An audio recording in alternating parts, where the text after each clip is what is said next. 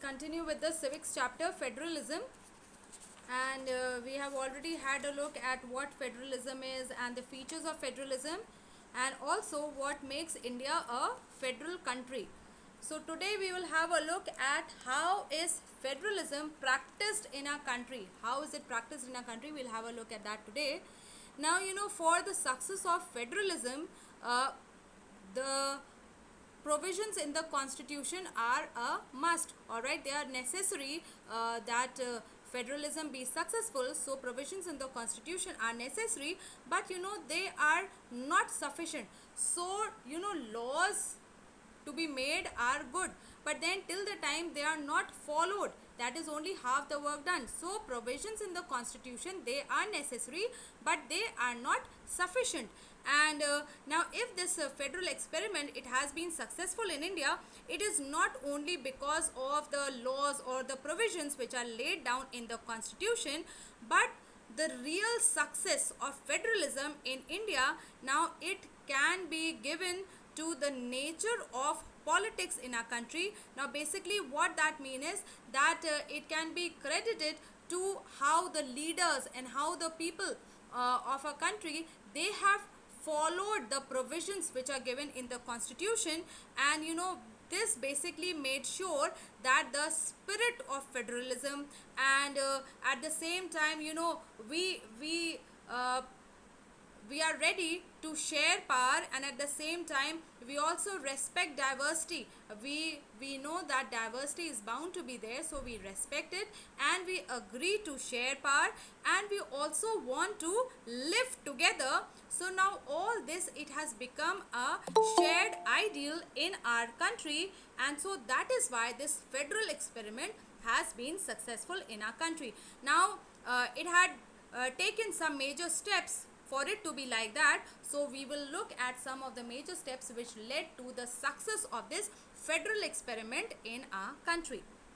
Now first was the creation of the linguistic states, means states on the creation of the states on the basis of language. Now the creation of states on the basis of language was the first and a very major, very important test for democratic politics in our country.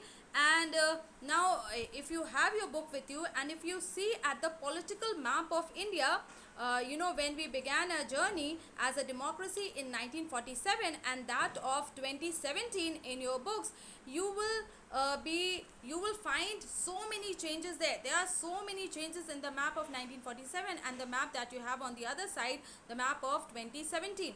And as you can see that many old states, they are not there, and many new states have been created. Areas, the boundaries, and even the names of the states have been changed. Now in 1947, the boundaries of many states in India, they were changed in order so that they can create new states, and this was done so that the people who speak the same language, they can live in the same state.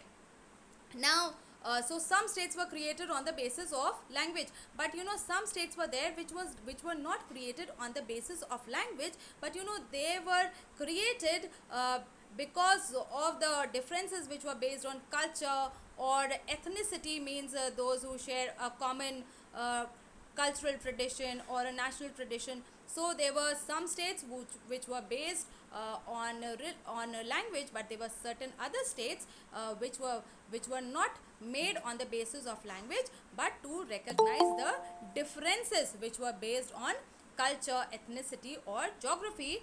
And the states which come under this category are Nagaland, Uttarakhand and Jharkhand. Now when the people, they began to demand to create states on the basis of language, some of the national leaders, they were afraid, they were fearful that what would it lead to, because already the country had been divided at the time of partition on the basis of religion, and they did not wanted anything like that to happen again. So they were afraid that what will happen if we divide the states on the basis of language. And the central government, they tried to resist the formation of the states on the basis of language for quite some time, But later on this experience has showed that the formation of these linguistic states, they have actually made the country more united, and obviously it has made administration also easier. So on this formation of language linguistic states, it really did good to our federal example or the federal experiment. Now the second test for Indian Federation was the language policy. Now our constitution, it does not give the status of national language to any one language in our country, though so many languages are there in our country, and Hindi, it was identified as the mother tongue of only about 44%. What is written in your book? 44%? What is mentioned in your book? Ma'am, 40. 40% here? 40%. I am 43.63. Yes. So that is approximately 44%. The newest edition, it has 44%, though the old edition, even the one that I have, it also mentions 40, but otherwise in the newest edition, if you look, it is 44% mentioned here. So Hindi is the mother tongue of only about 44% of the Indians, and that is why they did not give the status of national language to Hindi, because even if it is 44%, then also it is less than half, and therefore safeguards were made to protect the other languages also. And besides Hindi, there are other 21 languages which are recognized as scheduled languages by our constitution. And what that means is that a candidate who wants to give an examination which is conducted by the central government, now he can opt to take the examination in any of these 22 languages which are given, which are called as the scheduled languages. And so in our country there is no national language. Hindi is the official language, all right, but otherwise no other language, means no single language has been given the status of a national language, and 22 scheduled languages. So any student who wish to opt for a central examination, central examination which is conducted by the central government, he can give examination in any of the 22 scheduled languages. Then states in our country, they also have their own official languages, means the official work of that state is done in the language of that particular state. And so much of the government work that takes place in these states is done in the official language of that particular state and not in Hindi. So though Hindi is the official language of our country, but states which do not speak Hindi, there the work is done in the official language of that particular concerned state. Now if you remember Sri Lanka, what happened there? Anyone can tell me in respect to language, what happened there?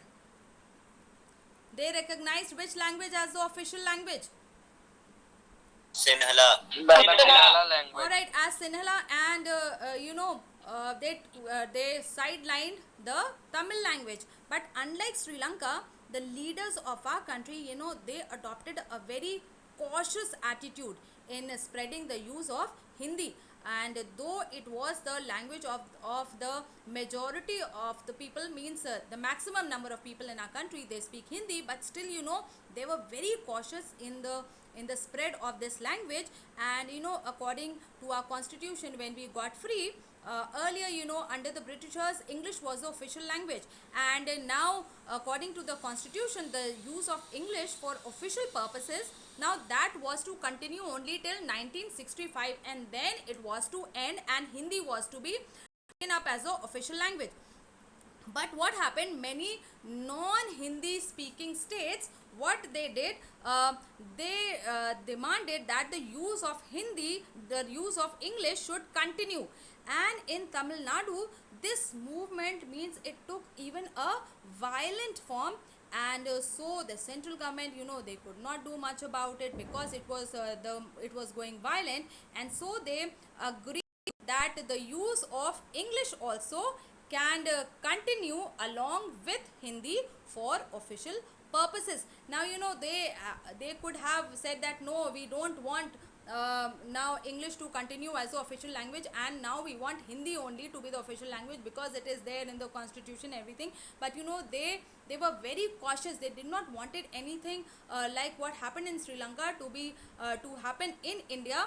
And now many critics, they think that this solution, that continue the use of English in addition to Hindi for the official purposes, so many critics think that this solution forward the English speaking elites. And so some critics say that, but still it had led to the unity of the country. The state of Tamil Nadu is still a state in our country only, and so nothing had been done for the it did not lead to the disintegration of the country, because the government here, they listened to the demand of a particular state, and when it was going violent, so they did what they thought was right.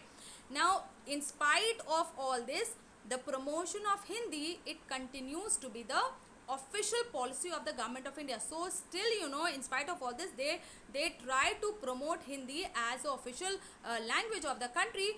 But still, when we talk about promotion, we do not mean that they impose Hindi on the non-Hindi speaking states. So though they promote that, but promotion does not mean that the central government can impose Hindi on the non-Hindi speaking states. And this flexibility which is shown by the political leaders, now this has helped our country to avoid the kind of situation that Sri Lanka it finds itself in. So that was the second thing that we were successful on. And third is the center state relations. Now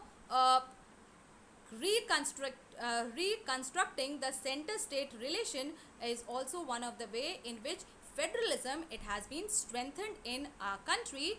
And the constitutional arrangements for power sharing, basically they work. In reality, how much they will work, it depends on how the ruling party and leaders they follow the arrangements. So the arrangements are already there in the constitution, the provisions are there in the constitution, but how successful those provisions would be, now it depends a lot on the ruling parties and also on the leaders. Now in our country, after independence, for a long time the same party it ruled both at the center and in most of the states also.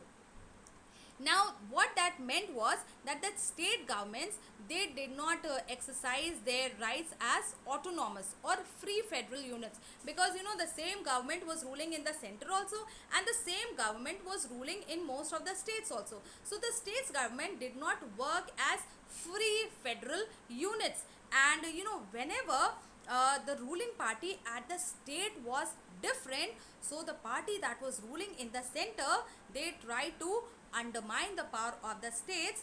And now in those days what happened, the central government they could even misuse the constitution, and they could dismiss the state governments which were ruled by the rival parties.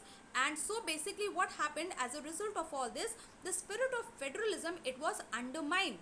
But all this changed a lot after 1990, because during this time what happened, there was a rise of regional political parties in many states of our country, and this was also the beginning of the coalition government. What is a coalition government? Who will tell me what is a coalition government? When two or more parties come together to form the government.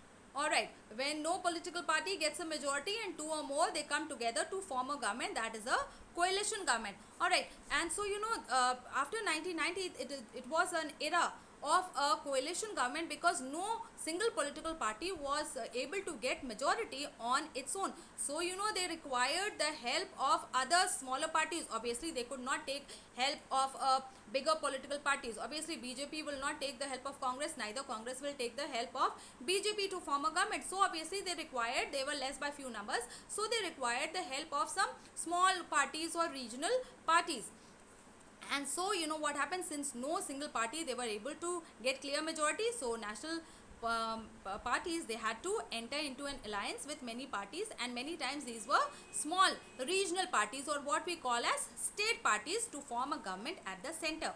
And now this led to a new culture of power sharing and also respect for the autonomy or respect for the freedom of the state governments. and this trend was even supported by a major judgment of the Supreme Court. And now what the Supreme Court did, it made it difficult for the central government to dismiss state governments in an arbitrary manner. What that does mean? Means without any reason or without any following any particular system. So earlier, before that, what happened, if the party which was ruling at the state was different than the party which was ruling at the center, so what they did, they tried to remove that party, remove that government or dismiss that government. But later on, after the judgment of the Supreme Court, now it was made difficult for the central government to remove any state government just like that. And so the federal power sharing is more effective today in our country than it was in the early times when the constitution came into force. So at that time it was not so strong and not so effective as it is now after so many changes. Okay. Excuse me, ma'am. Yes, beta. Ma'am, what is the percentage of Hindi is the mother tongue of the only about 44% or 40%? Beta, it is 43 point something percent mentioned, 43.6 something. Who was telling me that? Yes, someone gave me the Ma'am, 43.63. 43 point 43.63. 43.63, that is the correct. So approximately we say 44%. So we basically what we do, if we round it off, so we take it as approximately 44%. So exactly it is 43.63 that we know of now. So those who have the And- newest edition, they will have that number 43.63. Okay, Prakhar? And Ma'am, it is yes, given on page and 22. Beta, it is given on page number 22, but only in the newest edition. The oldest edition, it still has 40% only. In the new edition it Yeah. is mentioned 44, but in the old edition, even the one that I had, it is mentioned 40% only. So you need to change it according to the newest person. That is why I have told you And that ma'am- now. Yes, beta. And ma'am, another thing, ma'am, it is written besides Hindi, there are 21 other languages. Or ma'am, it should be 22. 22 including Hindi. Okay, ma'am. All right. So if you remember here, we talked about that we already talked about Hindi, and it is what it is written. Besides Hindi, there are 21 other languages. So including Hindi, there will be 22. Okay. And those who have the old editions, you come to page 22 and you make certain changes. Come here, the linguistic diversity of India. So how many languages do we have in India? The answer depends on how one counts it, and the latest information that we have is from the Census of India handle 2011. So you make it 2011. The older editions have a different year. Then this census recorded more than 1300, make it 1300 distinct languages which people mentioned as their mother tongues, and now these languages were grouped together under major languages. For example, languages like Bhojpuri, Magadhi, Bundelkhandi, Chhattisgarhi, Rajasthani, Bhili and other were grouped together under Hindi. So that is why we bring it so many less number of languages. Otherwise there are so many languages, so many different languages, but many of these languages are grouped together under one major language to bring down the number.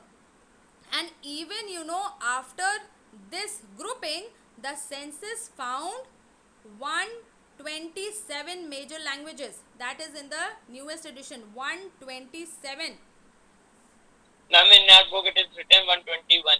It is 121. Yes, I think it is 121. Maybe I have written one in that way. Okay, so 121, and the census in the earlier edition it is written 114. So you make it 121 major languages, and out of these we have already done 22 are scheduled languages. Then come down, Hindi is the mother tongue of only about 44% Indians. Make that change. English is correct. As for English, only 0.02% Indians recorded it as their mother tongue. Alright, so these are the changes in the new edition, so you make accordingly. Census of India 2011, 1300 distinct languages, 121 major languages, and 44% Indians speak Hindi. Make these changes. Done? Yes, ma'am. Because now in your examination you have to answer according to the newest edition and not according to your old edition, because otherwise your answer will be considered wrong if you write according to the old edition. So just confirm it with the newest edition. Okay, next topic, decentralization. Ma'am, English percentage is 0.02. 0.02. Ma'am, English. English. What is written here in English, that is correct. That is not changed. Okay. Now, we have noted that in a federal form of government, there are 2 or more tiers, 2 or more levels of government, and till now we have discussed only the 2 tiers of the government, that is the central government and the state government. But a vast country, such a huge country like India with so much diversity, now that cannot be ruled properly through a 2 tier or a 2 level government. Why? Because states in India, they are as large as independent countries of Europe. Now if we take in terms of population, Uttar Pradesh is bigger than Russia, Maharashtra is as big as Germany, and many of these states, not only in terms of population and all, they are so big, but even internally they are very diverse. People, means there's so much diversity, people speaking so many different languages, and following different religions, following different customs and cultures and traditions, all live together. So even many of these states are internally also very diverse, and so there was a need for power sharing even within the states. Now that is why federal power sharing in India, it needed another tier of government below that of the state governments, and that was the rationale behind the decentralization of power, and so this resulted in the formation of a third tier of government, which is called as the local government. Now what is decentralization? So basically when power is taken from the central government and the state governments and given to local governments, that is called as decentralization. So power taken from the central and state government and given to local governments, that is called as decentralization. Now what was the basic idea behind this decentralization? Now what was the basic idea? So we have some of the why, or you can mark this also as the importance of local government. Now first point is that there are a large number of problems and a large number of issues which can be best settled at the local level. So like even in a state there are so many cities, all right, and there are so many villages also. So like in Lucknow, though Lucknow is the capital city, and even if for example we take any other city of UP, even let's take Agra for example. So what what are the problems faced by the people of Agra? Now that would be known better by the people living in that particular city as compared to the state government. So obviously those people who are living there, they will know better what are the problems that are faced by them. Then people, they have a better knowledge of problems faced in their areas. They also they also know what they can do to solve those problems, and then they also have better ideas as to where to spend the money, where the money that has to be spent on their city or on their village, they know better where to spend it and how to manage things in a more efficient manner. Then in addition to all that, at the local level, it is also possible for the people to directly participate in decision making process. That is what democracy is all about. it is the government of the people. So more and more people participating in the decision making process, now obviously that will strengthen democracy in our country only. And so this also helps to develop a habit of democratic participation of the people in the decision making of the city or of the village. All right. Then local government is also the best way to realize one important principle of democracy, that is local self government. Means people at the local level try to participate in the decision making process. So this was the rationale, this was the basic idea which led to decentralization, which led to the taking of powers from the central and state government and given to the local government, because at that level people can participate also. They know what are the issues faced by them, they know their problems, and according to that they can decide where to spend money and how to work things more efficiently. Okay, so I think that is all the time we have for today.